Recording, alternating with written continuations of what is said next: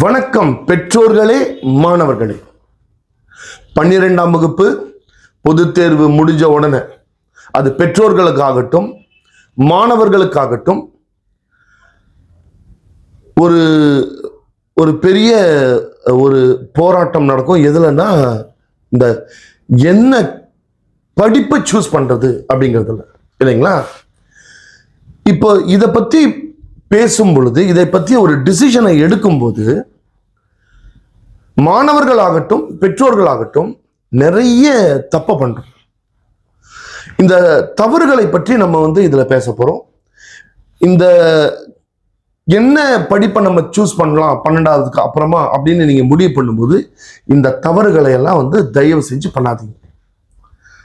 So நம்ம என்ன தப்பு பண்றோம்? முதல் தவறு என்ன தவறு அப்படின்னு கேட்டீங்கன்னா, இப்ப இதுல முக்கியமான ஒரு விஷயம் என்னன்னா, பெற்றோர்களாகட்டும் மாணவர்களாகட்டும் சரிங்களா, போய் என்ன கேட்பாங்க அப்படின்னா சார் இது படிச்சா ஜாப் கிடைக்குமா, இசிஇ படிச்சா ஜாப் கிடைக்குமா, மெக்கானிக்கல் இன்ஜினியரிங் படிச்சா நல்ல வேலை வாய்ப்பு கிடைக்குமா, இதைத்தான் பெற்றோர்களாகட்டும் இல்லை மாணவர்களாகட்டும் கேட்பாங்க. இது முதல் தவறு. அப்ப நம்ம என்ன கேள்வியை கேட்கணும், எதை நோக்கி நம்ம பயணிக்கணும் அப்படின்னு பார்த்தோம்னா ரெண்டு விஷயம் இருக்குங்க. என்னன்னு கேட்டீங்கன்னா, ஒன்னு கெரியர், இன்னொன்னு ஜாப். இதுக்கான டிஃபரன்ஸ் நமக்கு தெளிவா தெரியணும்.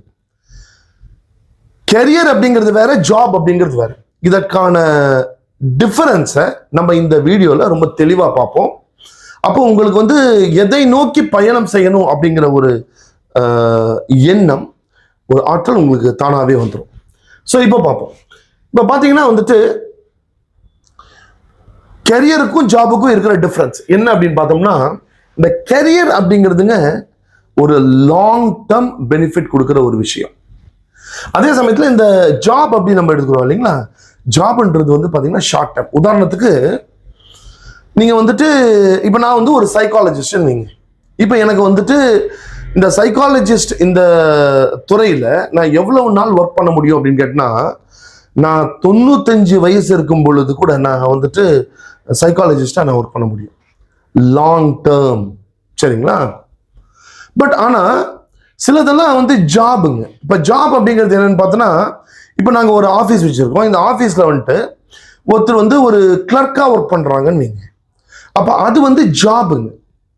அவங்க 90 வயசுல போய் கிளர்க்கா ஒர்க் பண்ண முடியாது. புரியுதுங்களா? அப்போ நம்முடைய பயணம் அப்படிங்கிறது எதை நோக்கி இருக்கணும் அப்படின்னு பார்த்தோம்னா, ஒரு கெரியரை நோக்கி இருக்கணும். அதாவது லாங் டேர்ம் ஒரு ப்ரொஃபஷனை பத்தி இருக்கணும். இது முதலாவதுங்க. அடுத்தது பாத்தீங்கன்னா, நம்ம ஒரு கெரியரை பத்தி பேசும்போதுங்க, சரிங்களா, ஒரு கெரியரை பத்தி பேசும்போது கெரியர் அப்படிங்கிறது நமக்கு என்னத்தை கொடுக்கும் அப்படின்னா, ஒரு பர்சனல் ஃபுல்ஃபில்மெண்ட்டை கொடுக்கும். இந்த பர்சனல் ஃபுல்ஃபில்மெண்ட்ன்றது என்னது? அதாவது நான் ஒரு ஃப்ளாட் ஒன்று புக் பண்ணி ஃப்ளாட் வாங்கினுங்க. சரிங்களா. அந்த ஃப்ளாட்டை வாங்கி அந்த ஃப்ளாட்டை கட்டிட்டாங்க. கட்டி முடிச்சிட்டேன் அப்படின்னு எனக்கு ஒரு தகவல் வருது. சரி பார்க்கலாம்னு சொல்லிட்டு நான் போறேங்க. போகும்போது அந்த சிவில் இன்ஜினியர் அந்த ஃப்ளாட்டுக்கு முன்னாடி நின்றுட்டுங்க கையை கட்டிட்டு அந்த ஃப்ளாட் அப்படியே பார்த்துட்டு இருந்தாருங்க. அப்படியே ஒரு புன்முறுவலோடு அப்படியே பார்த்துட்டு இருக்காரு. நான் போயிட்டு, சார் வணக்கம் சார் அப்படின்னா. சார் வணக்கம் சார். சார் என்ன சார் அப்படியே பார்த்துட்டீங்க? அப்படியே பார்த்து, சார் இது என் குழந்தை சார் அப்படின்னாரு. அப்போ பார்த்தீங்கன்னா பர்சனல் ஃபுல்ஃபில்மெண்ட். அப்போ அது ஒரு கேரியருங்க. ஒரு கேரியர்ல தான் இந்த பர்சனல் ஃபுல்ஃபில்மெண்ட் கிடைக்கும். ஜாப் அப்படிங்கிறது என்னன்னா, அவருக்கு கீழே நிறைய பேர் ஒர்க் பண்ணாங்க. ஒரு எலக்ட்ரீஷியன் ஒர்க் பண்ணாரு, சரிங்களா, ஒரு கார்பெண்டர் ஒர்க் பண்ணியிருப்பாரு. இப்போ இதெல்லாம் பார்த்தீங்கன்னா ஜாப். ஒரு 95 வயசுல நான் கார்பெண்டர் வேலையை பண்ண முடியாதுங்க. ஆனா எனக்கு வீடு கட்டி கொடுத்த அந்த சிவில் இன்ஜினியர் இல்லைங்களா, அவருக்கு இப்போ கிட்டத்தட்ட 75 வயசு ஆச்சுங்க. இப்பவும் அவர் என்னதுங்க டிசைன் பண்ணிட்டு இருக்காரு, ஃபிளாட் கட்டிட்டு இருக்காருங்க. அப்போ ஒரு பர்சனல் ஃபுல்ஃபில்மெண்ட் அப்படின்றது எதுல கிடைக்கும்னா, ஒரு கெரியர்ல கிடைக்கும், ஜாப்ல கிடைக்காது. இப்ப அடுத்தது நம்ம பார்த்தோம்னா, இந்த கமிட்மெண்ட்ன்ற ஒரு விஷயம். இப்போ நம்ம ஏஆர் ரஹ்மானை எடுத்துக்குவோம், சரிங்களா. ஏஆர் ரஹ்மானுக்கு அது ஒரு கெரியர், அது ஜாப் கிடையாதுங்க. அப்போ வந்து ஒரு படத்துக்கு வந்து ஒரு பாட்டு போடுறாருன்னு வைங்களேன், ஒரு மியூசிக் போடுறாருன்னா இன்னிலிருந்து 10 வருஷம் கழிச்சு, 20 வருஷம் கழிச்சு, 30 வருஷம் கழிச்சு கூட அந்த பாட்டு வந்து எல்லாரும் கேட்கணும் அப்படின்ற எண்ணத்தோட அவர் வந்து ஒரு பாட்டு போடுவார். High commitment. ஆனா ஏஆர் ரஹ்மான் கிட்ட ஒர்க் பண்ற அந்த கலைஞர்கள் இல்லைங்களா, அவங்கள ஒரு சிலருக்கு அது ஜாபா இருக்கலாங்க. இன்னைக்கு நான் போறேன், வேலை பண்றேன், எனக்கு பணம் தராங்க, நான் வந்துடுறேன் நான். அப்போ அவங்களுக்கு வந்துட்டு லிமிட்டெட் கமிட்மெண்ட். இந்த படத்துல எனக்கு நான் இப்ப சரியா பண்ணிட்டா போதும், அவ்வளவுதான் இருக்குங்க. ஆனா ஏஆர் ரஹ்மானுக்கு அது லாங் டேர்ம். ஸோ அப்போ கெரியர் அப்படின்றது ஒண்ணு நம்ம சூஸ் பண்ணா நம்ம வாழ்க்கை மிக மிக நன்றாக இருக்கும் இல்லைங்களா. இப்போ அடுத்தது பார்த்தோம்னா, ஒரு கேரியர் அப்படின்றது வந்துட்டு பாத்தீங்கன்னா இட் இன்க்ளூட்ஸ் மல்டிபிள் ஜாப்ஸ். இப்போ மல்டிபிள் ஜாப்ஸ்ன்னு பாத்தீங்கன்னா, இப்போ நான் அந்த சிவில் இன்ஜினியர் சொன்னேன் இல்லைங்களா, அந்த சிவில் இன்ஜினியருக்கு அங்க இருக்கிற எல்லா வேலையும் தெரியுங்க, ஜாபும் தெரியுங்க. உதாரணத்துக்கு ஒரு ஒரு எலக்ட்ரீஷியன் இருக்காருன்னு வைங்களேன், அந்த எலக்ட்ரிக்கல் ஒர்க் கூட அவருக்கு தெரியுங்க. அதே மாதிரி எலக்ட்ரிக்கல்ல எங்க வைக்கணும், என்ன ஏதுன்றது கம்ப்ளீட்டா தெரியும். அதனுடைய ரேட்ஸ் எல்லாம் எவ்வளோன்னு தெரியும். ஸோ அவரை யாரும் ஏமாற்ற முடியாதுங்க. அப்போ ஒரு கெரியர் அப்படின்றதுல பண்றவர், அவர் நிறைய வேலைகளை பார்ப்பார். அவர் நிறைய வேலைகள்ல வந்து உன்னதம் பெற்றிருப்பார். உதாரணத்துக்கு பார்த்தீங்கன்னா, அவருக்கு எலக்ட்ரீஷியன் தெரியுங்க.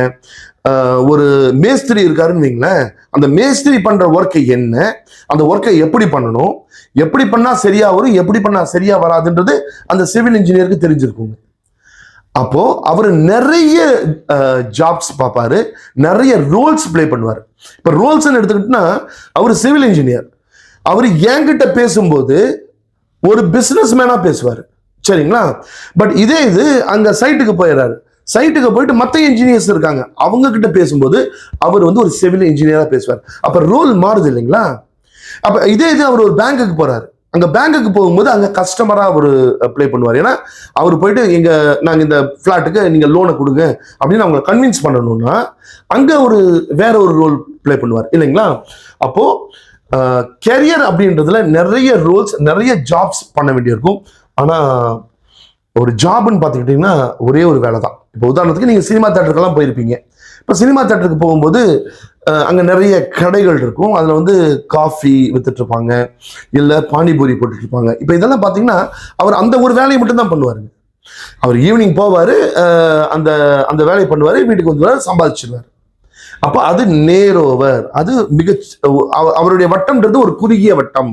ஆனால் அந்த கேரியர் அப்படின்றது பார்த்தீங்கன்னா அது ஒரு பெரிய வட்டம் இல்லைங்களா.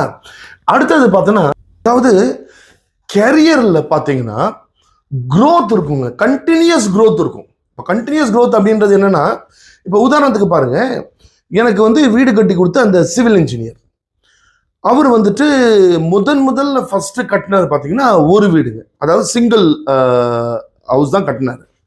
அதுக்கப்புறம் பார்த்தீங்கன்னா வந்து 2 ஃப்ளோர் வச்சு கட்டினார், சரிங்களா. அதுக்கப்புறம் பார்த்தீங்கன்னா 7 ஃப்ளோர் வச்சு கட்டினார். அவரோட அந்த கிராஃப் பார்த்தீங்கன்னா அது மேலே போயிட்டே இருக்குதுங்க, கண்டினியூஸ் growth.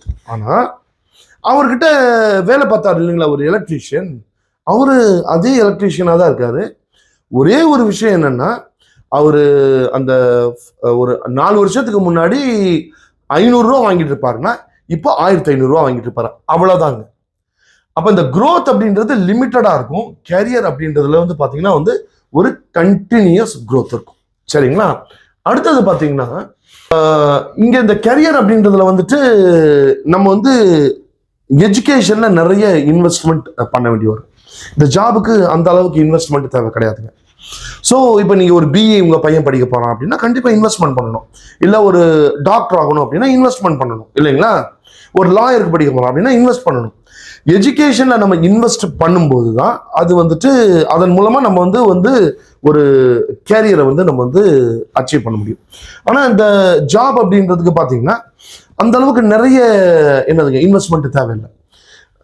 நிறைய பேர் பார்த்தீங்கன்னா 12th ஸ்டாண்டர்டுக்கு அப்புறமாவே பார்த்தீங்கன்னா வேலைக்கு போக ஆரம்பிச்சிருவாங்க.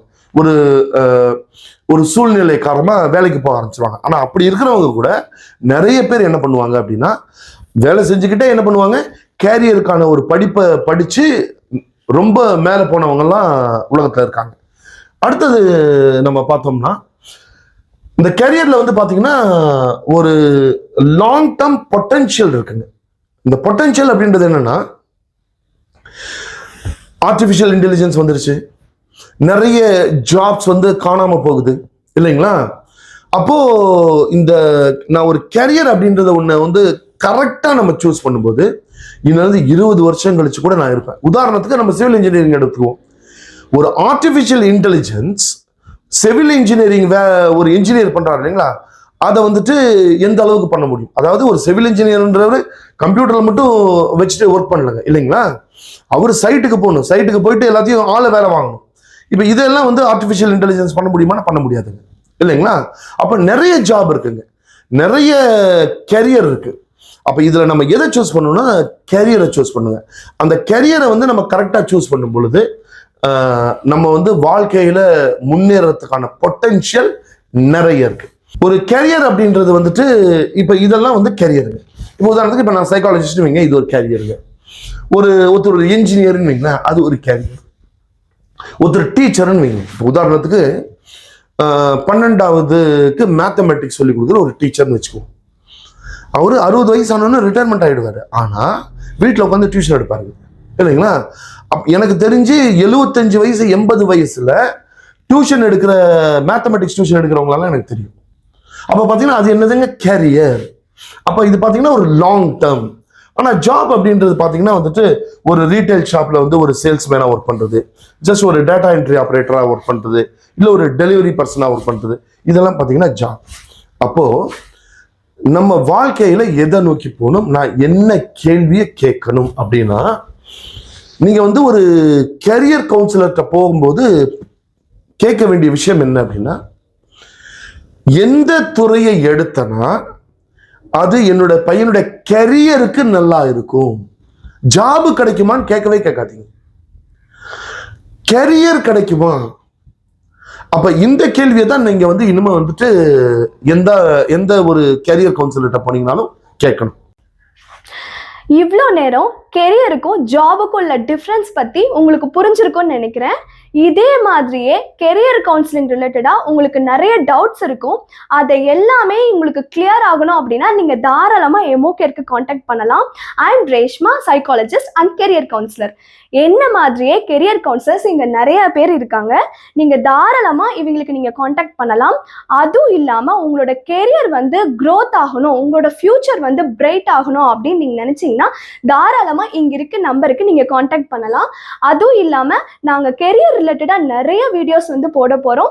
ஸோ லைக் அண்ட் சப்ஸ்கிரைப் பண்ணுறதுக்கு மறந்துடாதீங்க. Thank you team.